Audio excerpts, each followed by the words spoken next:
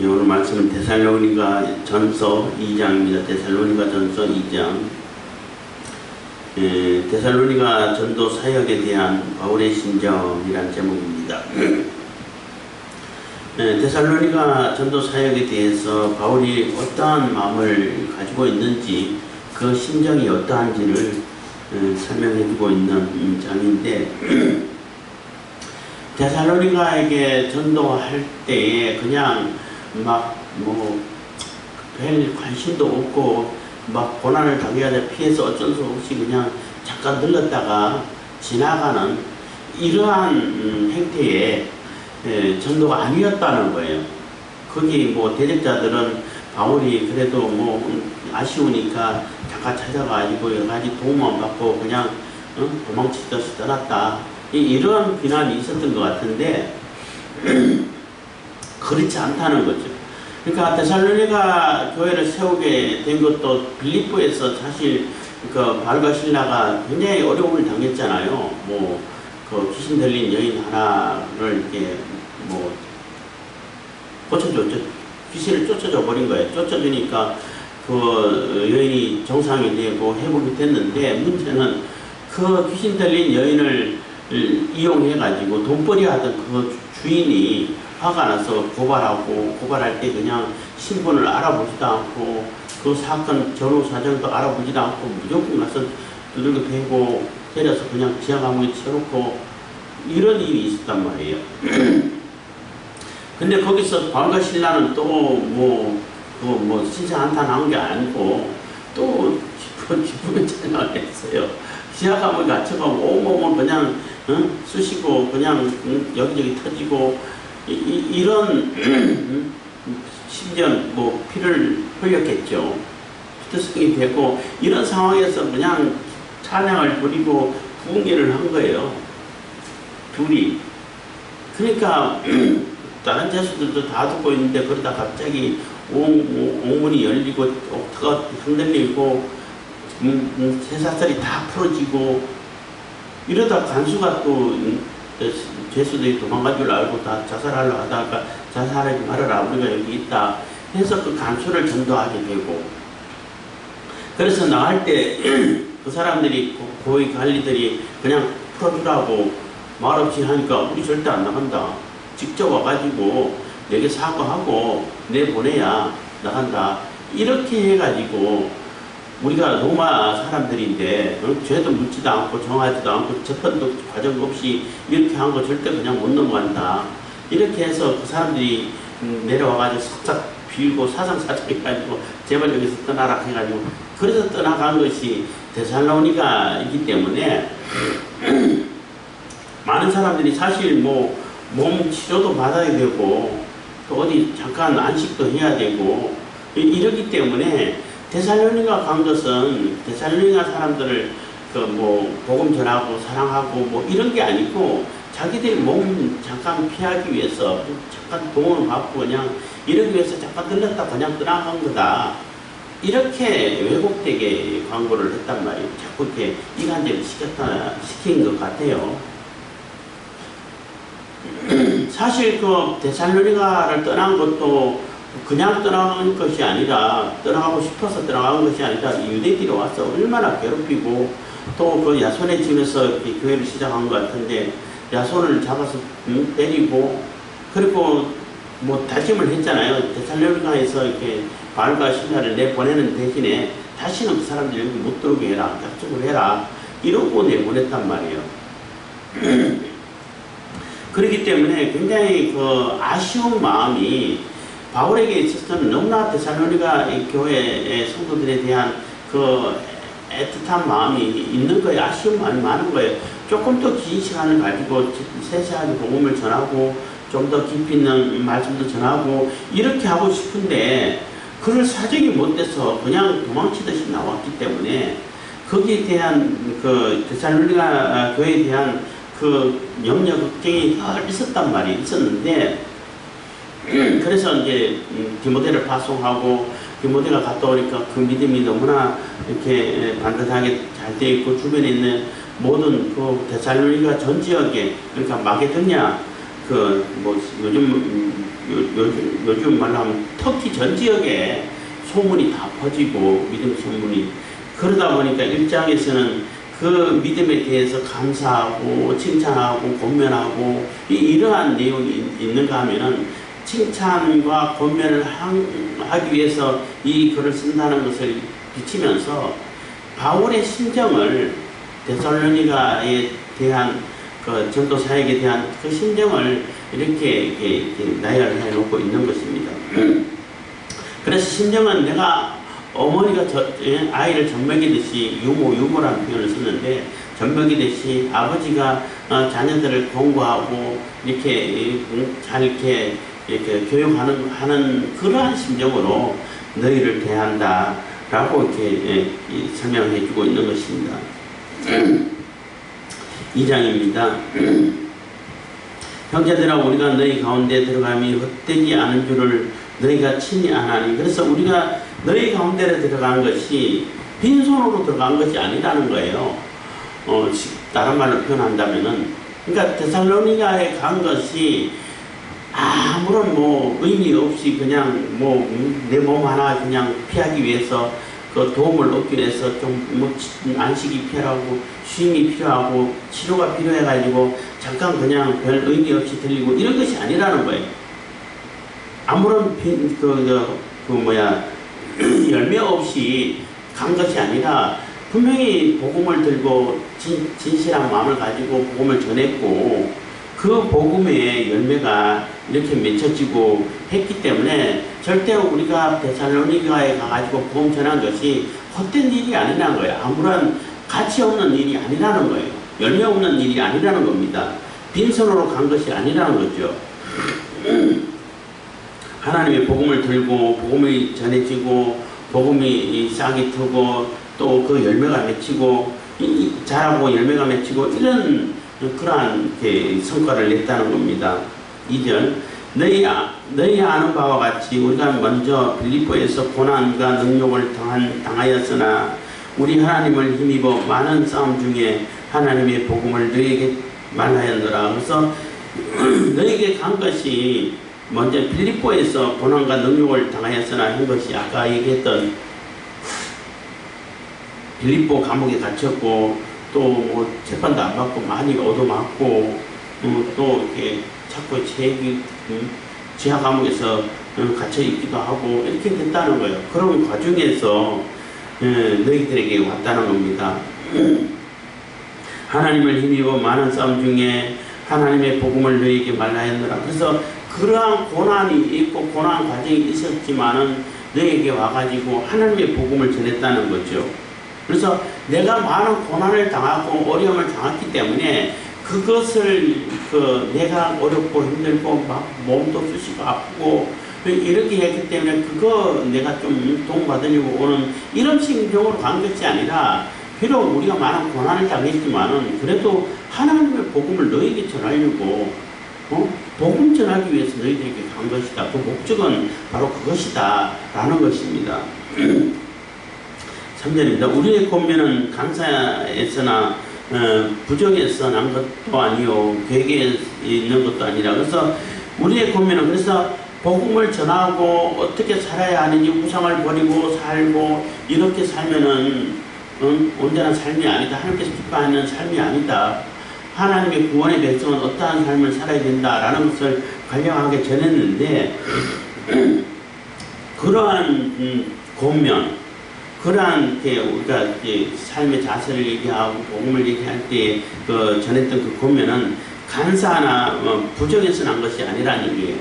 너희들에게 그냥 간사하게 그냥 우리가 뭔 도움을 얻기 위해 가지고 아첨하고 이렇게 속된 말로 알랑방 끼고 이런 게 아니었다는 거예요. 진심으로 하나님의 복음을 전했다는 거예요. 그래서 우리가 많은 고난을 당하고 몸도 쑤시고 아프고 하지만은 그것을 치료받기 위한 목적으로 간 것이 아니라 비록 그러한 몸은 아프지만은 너희들에게 하나님의 복음을 전하려고 간 것이라는 겁니다. 절대 이렇게 부정한 것이라든지 간사한 것이라든지 사람들에게 교묘히 속여가지고 그 당시에는 주로 이렇게 사람들에게 듣기 좋은 말 수사하기라든지 이렇게 이렇게 변론하는 거라든지 말을 이렇게 아주 이렇게 유창하게 하는 수법이라든지 이런 걸 가르쳐 가지고 그런 거 가르칠 때 뭐 없는 얘기 거짓말로 막 꾸며가지고도 얘기하는데 그런 걸 가르쳐서 돈 벌기 위한 그런 목적으로 간 게 아니라는 얘기인 것입니다. 그거 난 것도 아니고 괴계에서 괴계에 있는 것도 아니라 그래서 괴계라는 얘기는 사기친다는 얘기인 거잖아요. 속인다는 얘기인 거예요. 그래서 편밀히 속여가지고 내 이득을 취하기 위해 가지고 너희들에게 간 것이 아니라는 겁니다. 4절입니다.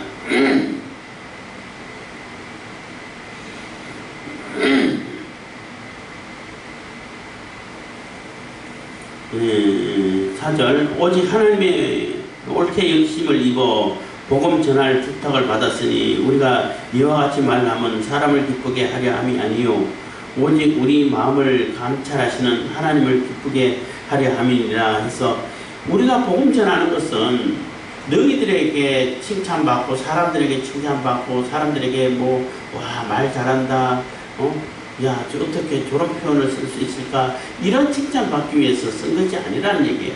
그러니까 바울과 실라가 바울이 복음을 전하는 데마다 마찬가지입니다만 똑같은 거죠. 하나님의 복음이 너무나 귀하기 때문에 이 복음을 너희들에게 전해가지고 이 복음의 혜택을 입으라는 거예요. 하나님의 은혜를 받아서 천국 백성으로 살게 하기 위해 가지고 그 목적으로 복음이 얼마나 귀한 것이라는 것을 깨닫고 하나님께서 우리에게 주신 그 사명을 감당하기 위해서 너희들이 가가지고 물론 피해서 그냥 어려운 가운데 겨우겨우 도망쳐 나와가지고 저희들이 왔지만은 또 거기까지 유대인들이 쫓아와가지고 또 괴롭히고 하긴 했지만은 우리가 전한 이 복음은 진심으로 전한 거라는 거예요. 하나님의 말씀을 전한 것이라는 겁니다. 사실 오직 하나님의 옳게 여기심을 입어 그래서 하나님께서 기뻐하시고 하나님이 옳게 여기는 것은 하나님의 진리를 얘기하는 거죠. 하나님의 말씀의 진리의 말씀을 전했다는 겁니다. 그게 바로 복음이라는 거죠. 여기심을 입어 복음을 전할 부탁을 받았으니 그래서 우리가 가는 곳마다 하나님의 말씀을 진심으로 전하는 것은 하나님이 우리에게 부탁하시는 그러니까 사명을 준 거라는 거죠. 사도 바울은 예수님께 부활하신 예수님께서 직접 나타나셔가지고 직접 이렇게 파송을 했잖아요. 이방인들에게. 그래서 사도 바울이라고 하는 겁니다. 예수님 한 번도 안 따라다니고 12제자에 속하지는 않지만 부활하신 예수님 직접 나타나셔가지고 너 이방인들에게 복음 전하는 복음 사역자로 내가 파송한다 하고 직접 보내셨기 때문에 사도가 되는 겁니다. 그래서 바울을 이렇게 파송해가지고 복음 전하게끔 한 것은 하나님이 바울에게 부탁한 거라는 거예요. 사명을 줬다는 거죠. 다른 말로 한다면은 하나님께 주신 사명이라는 겁니다. 그래서 하나님께 받은 부탁이니까 우리가 함부로 우리 개인적인 욕심을 가지고 개인적인 부탁을 하고 개인적인 욕심을 차리기 위해 가지고 내 이득을 위해서 뭔가를 하고 이럴 수가 없다는 거예요. 나는 힘들고 어렵고 심지어는 막 온몸이 쑤시고 아파도 물론 거기서 잠깐 쉬었을 수도 있겠지만은 중요한 것은 복음을 어떻게 전할 것인가. 너희들에게 하나님의 복음을 전해가지고 하나님 말씀을 받게 해서 하나님의 백성으로 하나님 자녀로서의 온전한 삶, 하나님의 백성으로서 구원받은 구원의 진리를 전해서 천국 백성으로 삼는 것이 그게 이렇게 하나님의 복음이고 그게 주 목적이라는 거예요.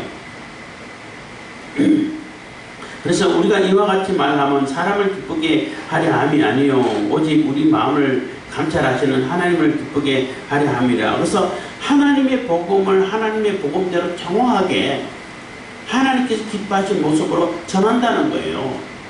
그렇기 때문에 유대인들에게 그런 고난을 당하고 핍박을 당하고 어려움을 당한다는 겁니다. 사람 가는 곳마다 어려움을 당하고 매를 맞고 아무 그 죄도 없이 감옥에도 갇히고 이런 일을 당하는 것은 사람들의 귀에 듣기 좋은 말하고 사람들을 기쁘게 하고 사람들에게 아첨하고 그래가지고 내가 뭐 물질적인 이득을 찾고 이럴 거면은 이런 일도 없었죠. 그럴 이유도 없는 것이고 매맞을 일도 없고 감옥에 갇힐 일도 없게 되는 거죠. 그렇지만 그거를 위해서 사는 것이 아니라 어쨌든 하나님의 복음을 전해서 하나님을 기쁘게 하고 하나님께서 맡기신 사명을 감당해가지고 하나님의 칭찬을 받기 위한 하나님께서 맡기신 그 일을 잘 완수해가지고 하나님의 나라를 이루어가고 하나님의 복음이 전해져서 하나님의 복음이 전해지고 하나님의 말씀을 온전히 전해가지고 하나님의 백성들이 이렇게 하나님께 돌아올 수 있게끔 만들어주는 것이 자기들의 사명이라는 거죠. 하나님께서 그걸 기뻐하신다는 거예요. 그렇기 때문에 하나님께서 기뻐하시는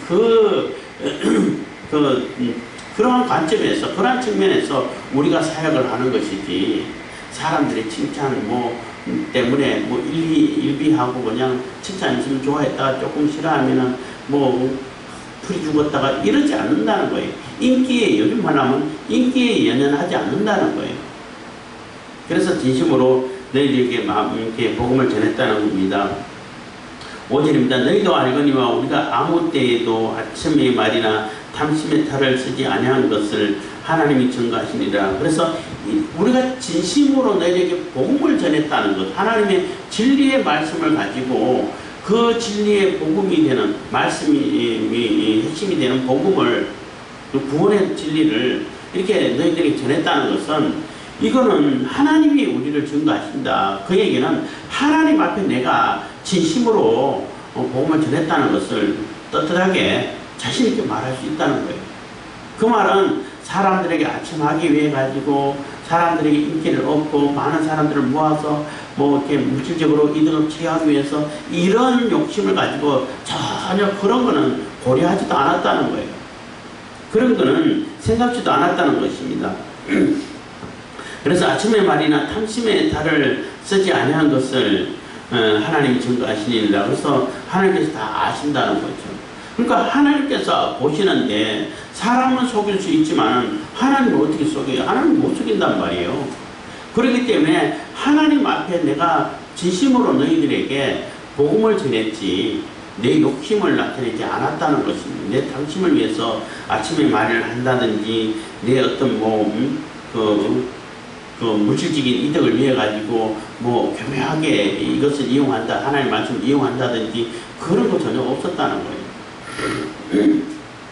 그러니까 경건을 이익의 재료로 삼는 그러한 사람의 모습이 전혀 아니라는 거예요. 그런 거는 상상도 하지 않았고 전혀 그거하고는 관계없이 하나님의 말씀을 증거를 했다는 것입니다. 그것을 하나님께서 보시고 다 아신다는 겁니다. 하나님이 증거하신다는 거죠.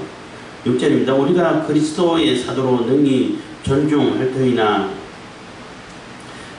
그러나 너희에게든지 다른 이에게든지 사람에게는 영광을 굳이 아니하고, 그래서 우리가 그리스도의 사도로 능히 존중할 터이나 한 얘기는 우리가 그리스도 예수님의 사도로 충분히 존중받을 권리가 있다는 거예요. 권리가 있지만은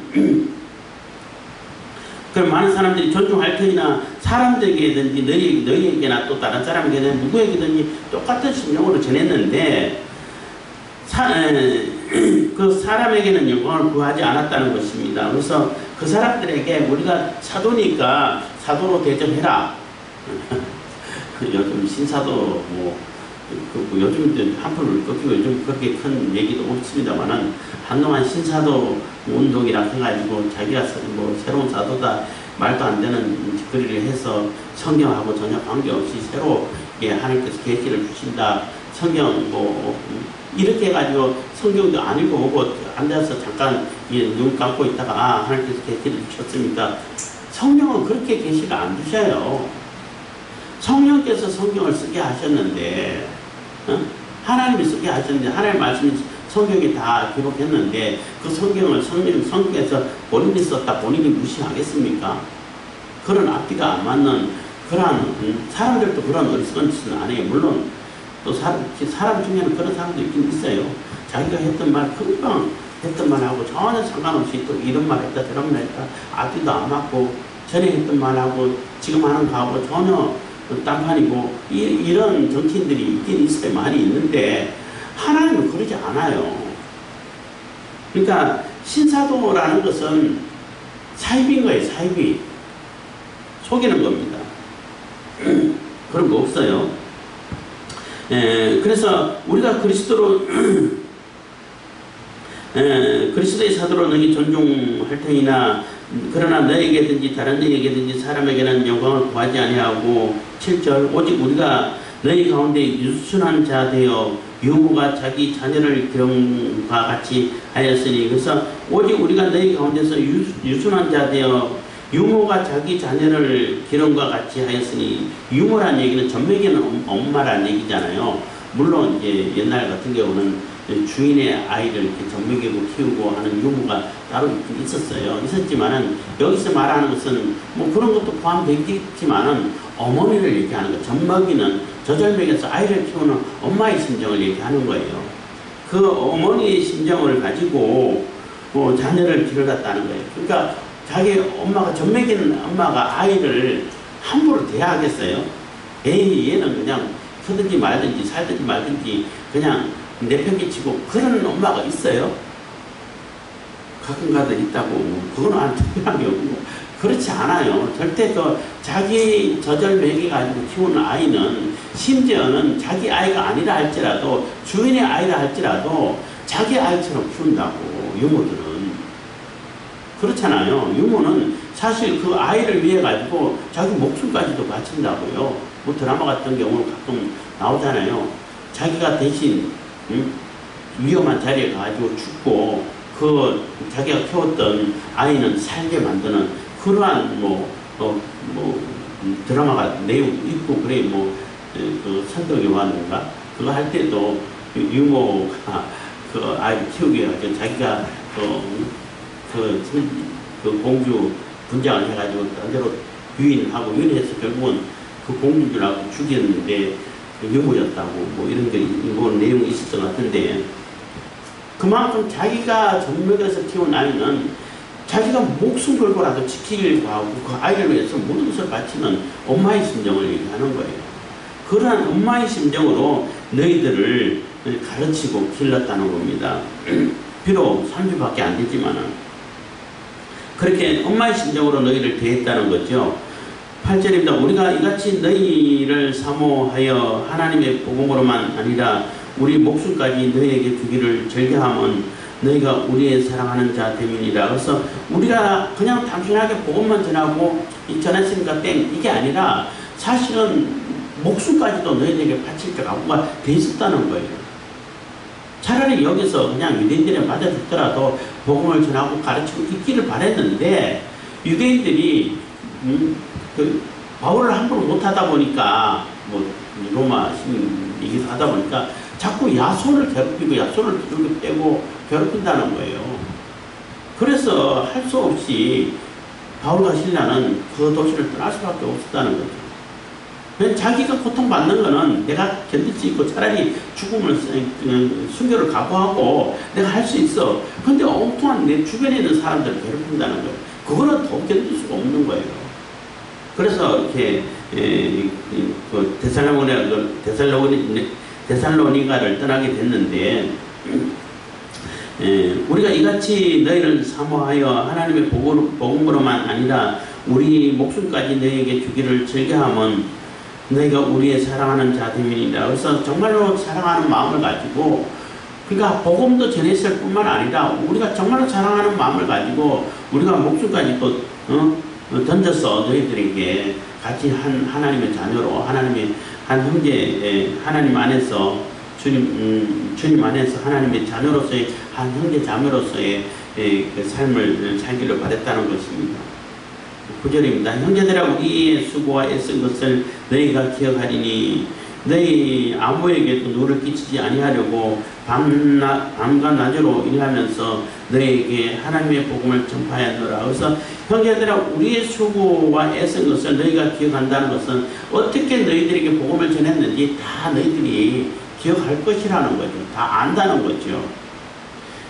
너희 아무에게도 누를 끼치지 아니하려고 밤과 낮으로 일하면서 너희에게 하나님의 복음을 전파하였노라. 그래서 너희들에게 누를 끼치지 않기 위해 가지고 그렇게 복음을 전하는 자가 뭐 곡식을 떠는 소에게 이게 망을 씌우지 말라고 하는 그런 구약 말씀도 있지만은 이렇게 너희들에게 사례비를 뭐 청구하고 받아서 생활을 해도 되는데 그래도 전혀 문제될 것이 없는데 혹시 누가 될까봐 혹시 누가 된다는 얘기는 유대인들이 특히 이제 고린도 교회에서 그런 일을 많이 얘기를 많이 했는데 바울은 자꾸 이렇게 그 돈벌이를 하기 위해 가지고 이 복음을 전한다. 복음을 가지고 돈벌이 수단으로 삼는다.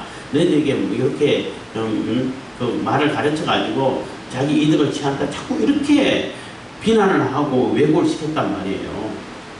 자꾸 그렇게 얘기하다 보니까 우리는 너희들에게 혹시 누가 될까봐 데살로니가 교회 성도들에게는 혹시 누가 될까봐 천막을 이렇게 만드는 일을 하면서 복음을 전했는데 고린도 교회에서는 그게 너무나 심해서 바울이 말을 잊지를 못해요. 차라리 내가 죽을지언정 하고 말을 잊지를 못해. 죽어도 너희들에게는 10분 한 푼 안 받겠다는 거예요. 그 얘기는 복음이 복음되게끔 하기 위해서 이게 얼마나 귀중한 것인데 복음을 복음으로 받아들이기 위해 가지고 내가 너희들에게 돈 안 받겠다는 거예요. 고린도 교회에서도 마찬가지지만은 그 데살로니가 교회에서도 혹시 너희들에게 누가 된다는 얘기는 그렇게 오해가 될까봐 안 받았다는 얘기예요. 물론 바울이 빌립보 교회 성도들에게는 헌금을 받았어요. 받고 빌립보 교회 성도들은 바울에 대해서 너무나 애틋한 마음이 있어가지고 혹시 바울 선생님이 잘못될까봐 너무나 영역 걱정을 많이 하고 그 로마 감옥에 갇혔을 때도 매일 이렇게 헌금을 보내가지고 보내주고 그래도 걱정하고 이런 모습이 있어요. 그래서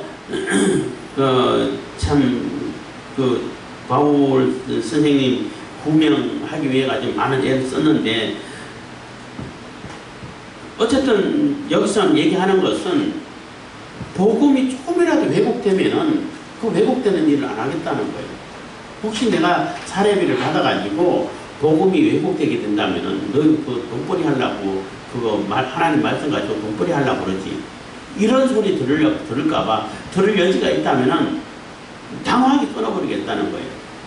내가 일을 했으라도 내가 자비랑 선교라고 그래요. 그래서 자비랑 선교에 돼가지고 이게 답이다 이렇게 얘기하는 사람들도 많이 신학교 다닐 때 논쟁도 있고 했는데 그게 답은 아니에요.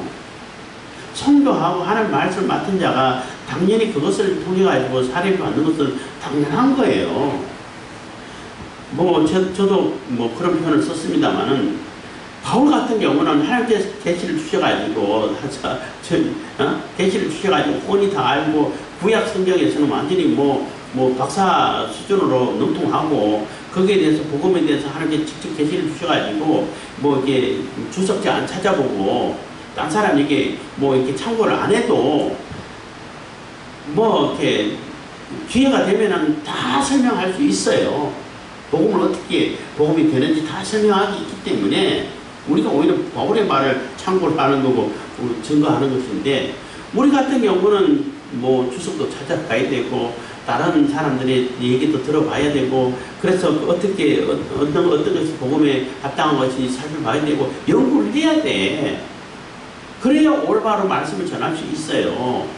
바울하고 우리하고 똑같은 레벨로 놓고 인기도 똑같지만은 같은 인격이지만은 그래도 복음에 대한 그 영향이라든지 말씀 전하는 것은 어떻게 같을 수가 있어요. 다르지. 그렇기 때문에 사도 바울이 자비량 했기 때문에 무조건 다 자비량을 해야 돼. 그거는 말이 안 되는 거예요. 자기에게 가진 것이 무엇인가를 가지고 내게 있는 것이 무엇이냐를 가지고 예를 들어 내가 의술이 있다 그러면 의술을 통해 가지고 복음 전하는 사람도 있고 그런 복음의 기본적인 것을 전할 수밖에 없는데 말씀 맡은 사람은 말씀 조금 깊이 있고 또 어려운 부분을 이렇게 설명하고 또 그것을 어떻게 삶에 적용할 것인가 하려면은 말씀을 연구하는 사람 있어야 되는 거예요. 신학자들의 얘기를 듣고 그것을 같이 토론하고 살펴봐가지고 합당한 것이 판단하고 그래서 삶에 적용하게 위해가지고는 목회자가 필요한 거예요. 근데 그 목회자들 보고 다 그 직장 나가서 일을 해라. 그리고 주말에만 복음을 전해라. 그러면은 기본적인 것만 전할 수밖에 없어요. 깊이 있는 것을 못 전해요. 저같이 또 한 장 한 장 말씀 한 장 한 장 다 읽어가면서 설명 못 해요. 그리고 어떤 분들은 또 목회자가 다른 일을 하면 안 된다. 어떻게 목회자가 다른 직업을 가질 수 있냐? 가지면 안 된다. 절대 안 된다. 해가지고 아예 그냥 못하게 만들어가지고 생활 어렵게 만들고 이런 경우도 있는데 아니 그 상황에 맞고 그 달란트에 맞게끔 얘기를 해야지. 자비랑 할 수 있는 능력이 있는 사람들은 자비랑을 하고 좀 더 깊이 있는 말씀을 가지고 적용시키려고 하면 말씀 전담하는 자들은 말씀 전담하는 걸 가지고 복음을 전하고 목회도 마찬가지예요.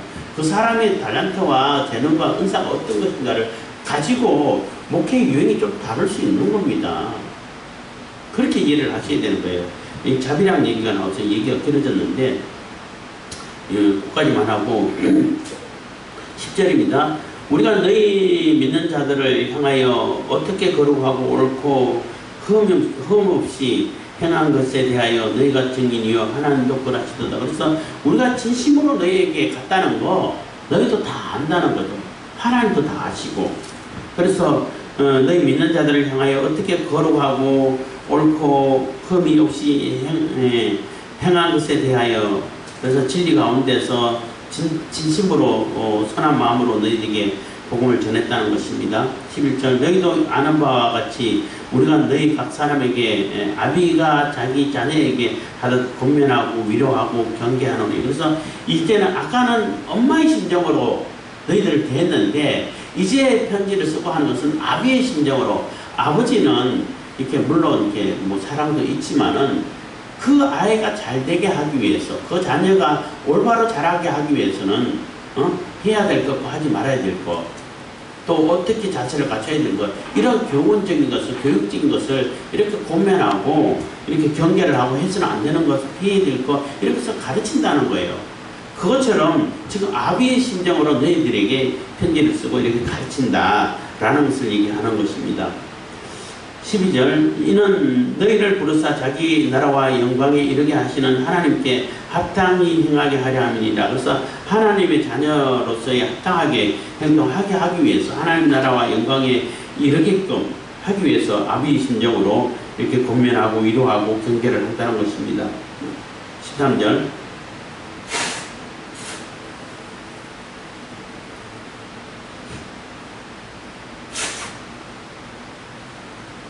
이러므로 우리가 하나님께 쉬지 않고 감사함은 너희가 우리에게 들은 바 하나님의 말씀을 받을 때에 사람의 말로 아니하고 하나님의 말씀으로 받음이니 진실로 그러하다. 이 말씀이 또한 너희 믿는 자 속에서 역사하느니라. 그래서 너희가 우리가 하나님께 쉬지 않고 감사함은, 그래서 늘 감사하고 칭찬하고 권면하는 것은 하나님께 감사할 수밖에 없는, 너희들의 믿음에서 감사할 수밖에 없는 것은 너희가 쉬지 않고 우리가 하나님께 쉬지 않고 감사하면 너희가 우리에게 들은 바 하나님의 말씀을 받을 때에 사람의 말로 안 받았다는 거예요. 사람의 교훈으로 저거는 바울의 교훈이야 이렇게 하지 않았다는 거예요. 그래서 하나님 말씀을 전할 때에 그것은 하나님의 말씀으로 받은 것이지 사람의 말로 안 받았다는 거예요. 물론 이게 설교자들의 설교가 다 하나님 말씀이다 이렇게 얘기를 하면 안 되겠죠. 사람의 교훈 많이 들어있어요. 그래서 저는 될 수 있으면 성경이 무슨 얘기를 하는가를 전하고 싶어서 이렇게 한 장 한 장씩 한 절 한 절씩 읽어가면서 얘기하고 있는데, 몇 절 읽고 그냥 사람들의 교훈을 넣고 설교자의 교훈을 집어넣어가지고 같이 가서 이렇게 설교하게 되면은 성경을 잘 모르게 돼요. 그렇게 안 했다는 것입니다. 물론 바울도 그렇게 안 했고 데살로니가 성도들도 그것을 하나님의 말씀으로 받았지 사람의 교훈으로 받지 않았다는 것입니다. 그래서 하나님의 말씀을 받을 때 사람의 말로 아니하고 하나님의 말씀으로 받음이니 진실로 그러하다. 이 말씀이 또한 너희 믿는 자 속에 역사하느니라. 그래서 하나님의 말씀을 받았고 우리는 하나님의 말씀을 전했고 그것을 하나님의 말씀으로 받았고 데살로니가 성도들은 그래서 그 하나님의 말씀이 너희 속에서 성령께서 역사하시는 것이죠. 그 말씀으로 성령께서 역사하시고 너희들을 이렇게 성장시켜가고 믿음의 열매를 맺게 하신다는 겁니다. 그래서 너희 믿는 자 속에서 역사하느니라. 14절 형제들아 너희가 그리스도 예수 안에서 유대에 있는 하나님의 교회들을 본받은 자 되었으니 저희가 유대인들에게 고난을 받은 것 같이 너희도 너희 나라 사람들에게 동일한 것을 받았느니라. 그래서 형제들은 너희가 그리스도 예수 안에서 유대에 있는 하나님의 교회들을 본받은 자 되었으니 한 것은 유대라는 것은 예루살렘뿐만 아니라 유대에 있는 여러 곳에 퍼져 있는 그 교회들이 유대인들에게 엄청나게 핍박을 당했어요. 핍박을 당했지만은 핍박을 당한다고 해가지고 진리를 버려버리고 복음을 버려버리고 하나님 말씀을 버려버리고 유대인들에게 따라가고 그러지 않았다는 거죠. 끝까지 핍박을 당하지만은 끝까지 말씀을 지키고 진리 가운데서 순교할지언정 그 말씀을 지키고 믿음을 지켰다는 거죠. 그것처럼 데살로니가 성도들도 데살로니가는 이렇게 그리스 지역이고 아까는 터키라고 잘못 얘기했는데 그리스 지역이죠. 그리스 지역인데 그리스에 있는 그 세계 이렇게 이방 나라잖아요. 거기서 그리스 사람들에게 그 이방 로마 사람들에게 많은 핍박을 당한다는 거죠.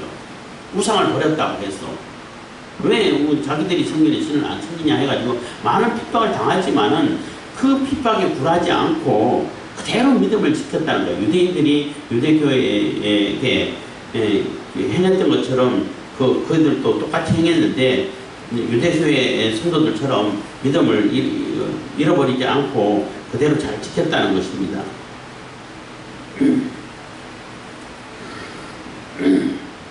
15절 유대인들은 주 예수와 선지자들을 죽이고 우리를 쫓아내고 하나님을 기쁘시게 아니하고 모든 사람에게 대적이 되어 그래 유대인들은 정말로 하나님 말씀을 받던 자들이고 하나님 말씀을 가장 가까이 접했던 사람들인데 오히려 그 선지자들을 다 죽이고 뭐 선지자들을 핍박 안 하는 선지자들이 있어요. 다 죽이고 또 우리를 쫓아내고 하나님 말씀 전하는데 하나님 말씀 못 전하게 만들고 자기들이 가지고 있던 그 기득권을 뺏기지 않기 위해서 그래서 종교를 이용해 가지고 권력을 지키려고 하는 그러한 세력들은 어느 종교에나 다 있어요. 그래서 비난을 받는 거예요. 진짜 그 하나님 말씀을 제대로 전하면 그런 비난을 받을 일이 없어요. 근데 그 종교를 이용해 가지고 뭐 자주 쓰는 표현입니다만은 사도 바울이 썼던 표현 경건을 이익의 재료로 삼는 사람들 때문에 문제가 생기는 거예요. 기독교가 욕먹는 이유도 기독교를 이용해 가지고 어마어마한 정치 권력이라든지 많은 권력을 이용하고 물질적인 경제적으로 이득을 취하려고 하는 사람들이 많죠. 특히 이제 그 권력을 가진 사람들 쪽으로 올라가게 되면은 그런 사람들이 뭐 거의 태반이라고 거의 다라고 말할 수 있죠. 물론 안 그런 경우도 간혹가다 있습니다만은 차라리 이렇게 그 권력하고 멀리 떨어져 있는 그러한 교회들은 순수한 하나님 말씀 전하는 교회들도 있습니다만은 자꾸 이게 경건을 이익의 재료로 삼아서 하나님 말씀, 교회, 종교, 기독교 이런 걸 통해 가지고 자기들이 어떤 이속을 챙기려고 하고 정치적인 권력을 누리려고 하는 이런 세력들 때문에 문제가 생기는 거예요. 그래서 유대인들도 마찬가지라는 것입니다. 하나님 말씀에 집중하기보다는 오히려 하나님을 대적하는 길에 서가지고 그것을 이용해가지고 하나님을 대적하는 그러한 그 행보를 했다는 것입니다. 모든 사람에게 대적이 되어 모든 사람이라는 얘기는 이게 믿는 사람들, 이렇게 하나님의 성도들 사도와 성도들을 얘기하는 겁니다. 우리가 이방인에게 결국은 뭐 그들뿐만 아니라 뭐 유대인들 다른 세상 사람들에게도 결국은 대적이 됐겠죠. 이방인들은 다 이렇게 구원에서 제어된 사람이라고 이렇게 얘기하니까 뭐 어쨌든 16절 우리가 이방인에게 말하여 구원 얻게 함을 저희가 금하여 자기 죄를 항상 채우며 노하심이 끝까지 저에게 임하였느니라. 그래서 결국은 그것은 자기 죄를 하나님의 진노의 분량까지 찰 때까지 채우는 일밖에 안 된다는 얘기인 거예요. 결국은 자기 죄를 계속 쌓아가지고 하나님의 진노를 부르는 일밖에 안 된다는 거죠. 그렇게 하는 것이. 그래서 종교를 이용해서 경건을 이익의 재료로 삼는 사람들은 결국은 하나님의 진노를 부르게 된다는 것입니다. 17절 형제들아 우리가 잠시 너희를 떠난 것은 얼굴이 아니요 마음은 아니니 너희 얼굴 보기를 열정으로 더욱 힘썼노라. 그래서 지금 몸이 떠난 것은 어쩔 수 없이 떠났지만은 마음까지 떠난 것이 아니다. 우리 마음은 항상 너희들을 향해 있고 너희들과 함께 있다 하는 얘기를 하는 것입니다. 18절 그러므로 나 바울은 한 번 두 번 너희에게 가고자 하였으나 사단이 우리를 막았다. 그래서 바울은 한 3주밖에 있다가 떠났기 때문에 너무나 염려 걱정돼 가지고 자꾸 가려고 시도를 여러 번 했다는 거예요. 한 번 두 번 얘기는 두 번 정도, 두세 번 정도가 아니라 여러 번 했다는 얘기인 거예요. 했는데 못 가게 됐다는 거죠. 그 이유가 뭘까? 나름대로 추측하는 것은 가장 쉽게 추측할 수 있는 것은 야손 때문에, 우리가 다시 거기에 들어가면은 야손을 죽이겠다, 해하겠다, 이렇게 했기 때문에 그 야손에게 해를 끼칠까 봐서 못 가게 되는 것이고, 그 유대인들 모르게 살짝 갔다 올 수도 있잖아요. 근데 유대인들이 눈을 부릅뜨고 지키고 있는 거예요. 바울이 어디 가는 곳마다 쫓아다니는 거예요. 근데 그들의 눈을 피해가지고 갈 수가 없는 거죠. 여러분, 가려고 하다가, 시도를 하다가 결국 포기했다는 것입니다. 그렇게 우리가 이해할 수 있는 겁니다. 19절, 우리의 소망이나 기쁨이나 자랑의 면류관이 무엇이냐? 그의 강림하실 때에 우리 주 예수 앞에 너희가 아니냐. 그래서 우리의 소망이고 기쁨이고 자랑이 너희들이다. 예수님께서 다시 오실 때, 재림하실 때에 우리가 칭찬받을 일이 뭐 있냐? 너희들을 보고 칭찬을 받을 거다. 그러니까 복음을 전해가지고 하나님의 백성으로 만든 이 열매들, 성도들의 열매들이 우리의 자랑이고 우리의 영광이다. 너희는 우리의 영광이고 기쁨이라. 그래서 너희들이 우리의 멸류관이고 우리의 기쁨이고 우리의 영광이다. 예수님께서 다시 오실 때에 뭘 가지고 칭찬하겠냐? 데살로니가 성도도 너희들을 보고 그래, 너희들이 이렇게 된 것은 바울과 그 일행이 목숨 걸고 복음 전해주기 때문에 이렇게 된 거야. 하나님께서 다 알아주신다는 거죠. 그래서 우리 목회자들도 마찬가지입니다. 우리 그 믿음의 성도들은 하나님의 복음을 전해서 그 복음의 열매가 맺히는 삶을 사는 것, 열매가 맺히는 것을 보고 기쁨을 누리고 그게 우리의 상급이 되는 거예요. 우리에게 칭찬거리가 되는 거예요. 복음을 전해가지고 받아들여서 나 오늘부터 예수 믿을 거야 한 것도 물론 열매가 되는데, 그런데 말만 하고 실제 행동은 그런 삶을 안 살면은 그거는 온전한 열매라고 볼 수 없는 거죠. 그래서 그 삶까지, 그래서 데살로니가 성도들은 그 그리스 지역 온 지역에 마게도냐 지역, 아가야 지역, 남쪽, 북쪽 다 할 것 없이 다 좋은 소문이 퍼졌잖아요. 퍼지는 것처럼 저 사람 예수 믿는 사람들은 저런 삶을 살아야 돼 라는 그런 본이 되는 것처럼 그런 모습을 보여야 되는 거예요. 그게 올바른 열매가 되는 거죠. 그게 이제 우리가 그런 그 칭찬을, 내가 복음을 전했던 사람이 복음을 가지고 믿음의 삶을 살고 반듯한 생활을 하고 또 다 우상을 버리고 미신을 버리고 그런 삶을 살고 볼 때에 우리가 흐뭇하잖아요. 이 성에 우리 이 세상에 살 때도 흐뭇하고 기분이 좋고 한데 예수님께서도 그것을 보고 우리를 칭찬한다는 거예요. 그게 우리의 상급이 된다는 거예요. 우리의 영광이 되고 기쁨이 된다는 것입니다. 그래서 내게 얼마만큼 정치적인 이득을 갖다 주고 물질적인 이득을 갖다 주냐, 여기에 목적이 있으면 안 된다는 거죠. 물론 그렇다 해갖고 돈 필요 없다, 권력 필요 없다, 이게 아니고 권력을 이용해가지고 복음 전할 수 있으면 훨씬 효과적이죠.